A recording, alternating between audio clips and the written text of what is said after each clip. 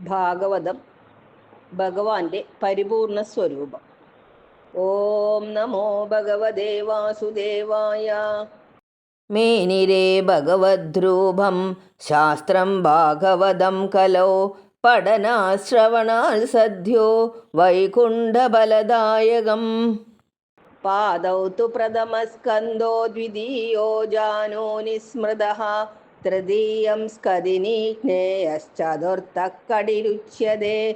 നാഭിം തു പഞ്ചമം വിദ്യാഹൃദയം ഷഷ്ടൈരിതഃ സപ്തമസ്തൂരപ്രോക്തം അഷ്ടമഃ ഖണ്ഡ ഉച്യതേ.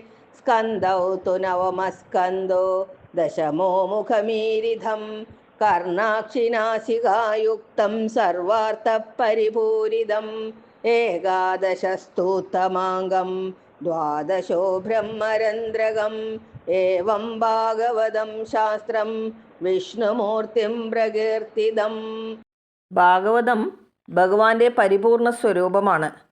പ്രഥമസ്കന്ധം ഭഗവാന്റെ പാദപദ്മങ്ങൾ, ദ്വിതീയസ്കന്ധം മുട്ടുകാലുകൾ, തൃതീയസ്കന്ധം തുടകൾ, ചതുർത്ഥസ്കന്ധം ഇടുപ്പ്, പഞ്ചമസ്കന്ധം നാഭീദേശം, ഷഷ്ടസ്കന്ധം ഹൃദയം, സപ്തമസ്കന്ധം മാറിടം, അഷ്ടമസ്കന്ധം കണ്ഠം, നവമസ്കന്ധം തോളുകൾ, ദശമസ്കന്ധം മുഖം. ഇതിൽ നേത്രങ്ങൾ, ശ്രോത്രങ്ങൾ, നാസിക എന്നീ ജ്ഞാനേന്ദ്രിയങ്ങൾ അടങ്ങിയിരിക്കുന്നു.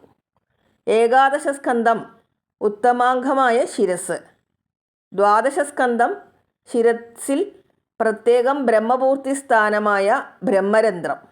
ഇങ്ങനെ 12 സ്കന്ധങ്ങളടങ്ങിയ ഭാഗവതം ഭഗവാന്റെ പരിപൂർണ സ്വരൂപമാണെന്ന് പുരാണാചാര്യന്മാർ പറയുന്നു.